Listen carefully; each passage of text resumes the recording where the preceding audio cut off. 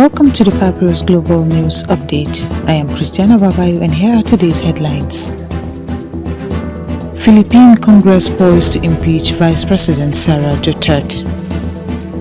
UK's Keir Starmer battles for political survival after election defeat.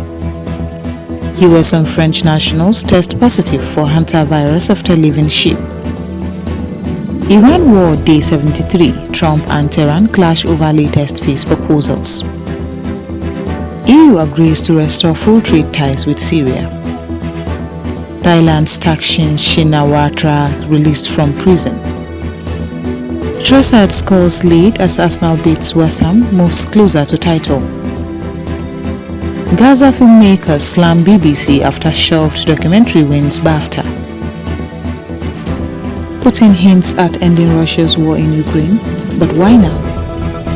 And now the news in details.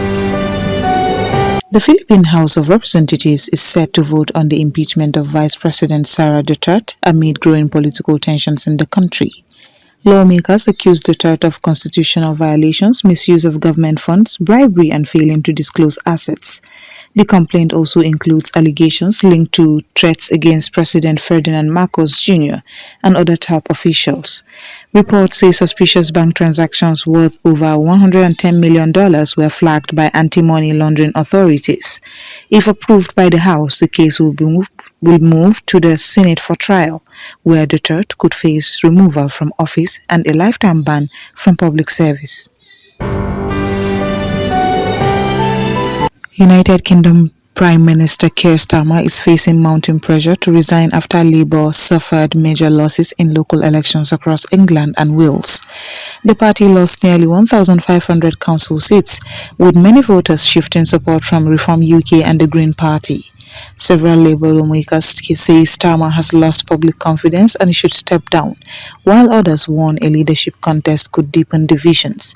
Starmer has admitted Labour failed to maintain public trust and is expected to deliver a major speech aimed at restoring confidence. Potential successors reportedly include Angela Rayner and Wes Streeting. Health authorities in the United States and Europe are responding to the Hantavirus outbreak linked to the cruise ship MV Honduras after an American and French passenger tested positive following evacuation from the vessel. The outbreak has already claimed 3 lives, including a Dutch couple and a German woman. More than 90 passengers are being repatriated from Spain's Canary Islands as governments enforce quarantine and monitoring measures. The World Health Organization says the Andes strain of the virus may spread between humans, though officials insist the risk of a wider outbreak remains low. Several passengers are currently under medical observation. Diplomatic tensions between the United States and Iran have escalated as efforts to end the 73-day conflict stalled over disagreements on peace proposals. United States President Donald Trump rejected Iran's latest offer, while Tehran accused Washington of demanding surrender.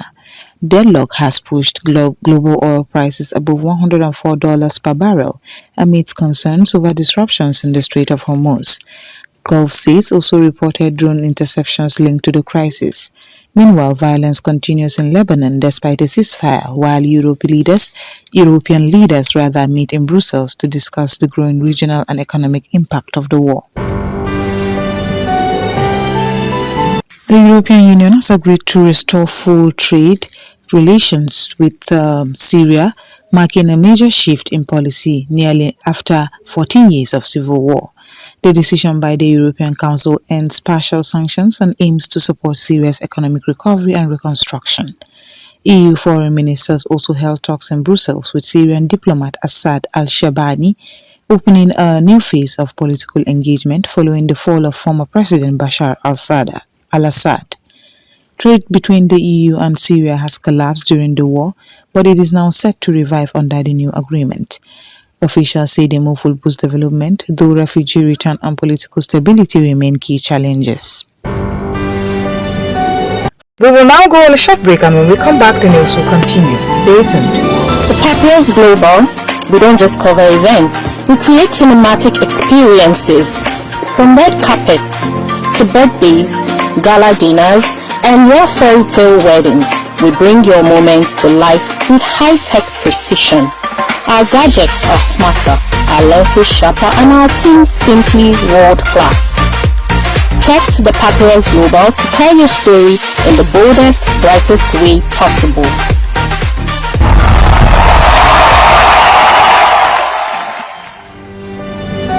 Welcome back, and now the news will continue. Former Thai Prime Minister Thaksin Shinawatra has been released from prison in Bangkok after serving 8 months of a 1-year corruption-related sentence. He left Klong Prem Central Prison on Monday morning, greeted by hundreds of supporters and family members chanting his name. The 76-year-old billionaire was originally jailed after returning from 15 years in exile, though his sentence was later reduced by royal pardon. His release comes with conditions including the use of an electronic ankle monitor. Thaksin, a dominant figure in Thai politics, remains influential through the Pheu Thai party, despite recent electoral setbacks and ongoing political divisions in Thailand. Arsenal are closing in on a Premier League title after a narrow 1-0 win over West Ham United and the London Stadium. Leandro Trossard scored the decisive goal in the 83rd minute, finishing from a pass by Martin Odegaard to secure a vital victory. West Ham thought they had equalized in stoppage time through Callum Wilson, but the goal was ruled out after a VAR review for a foul in the build-up. The win puts Arsenal 5 points clear at the top with 2 games left. West Ham remains in danger of relegation after the controversial defeat.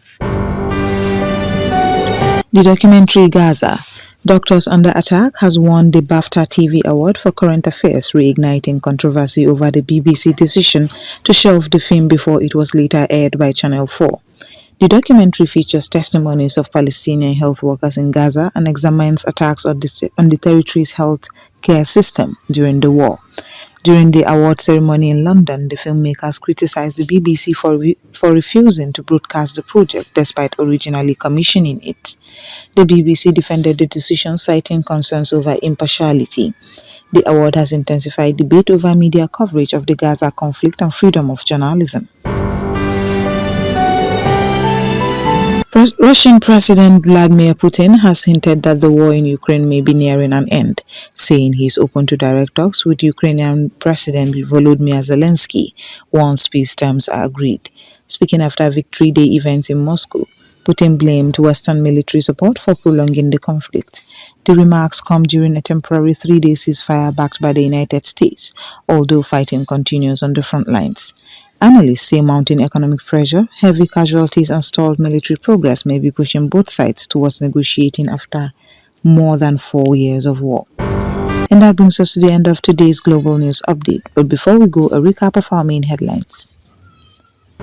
Philippine Congress poised to impeach Vice President Sara Duterte. UK's Keir Starmer battles for political survival after election defeats. US and French nationals test positive for Hantavirus after leaving ship. Iran War Day 73, Trump and Tehran clash over latest peace proposals. For continuous coverage and breaking developments, stay connected with the Papyrus Global Television at papyrusdaily.com. I am your host, Christiana Babayo. Thanks for watching.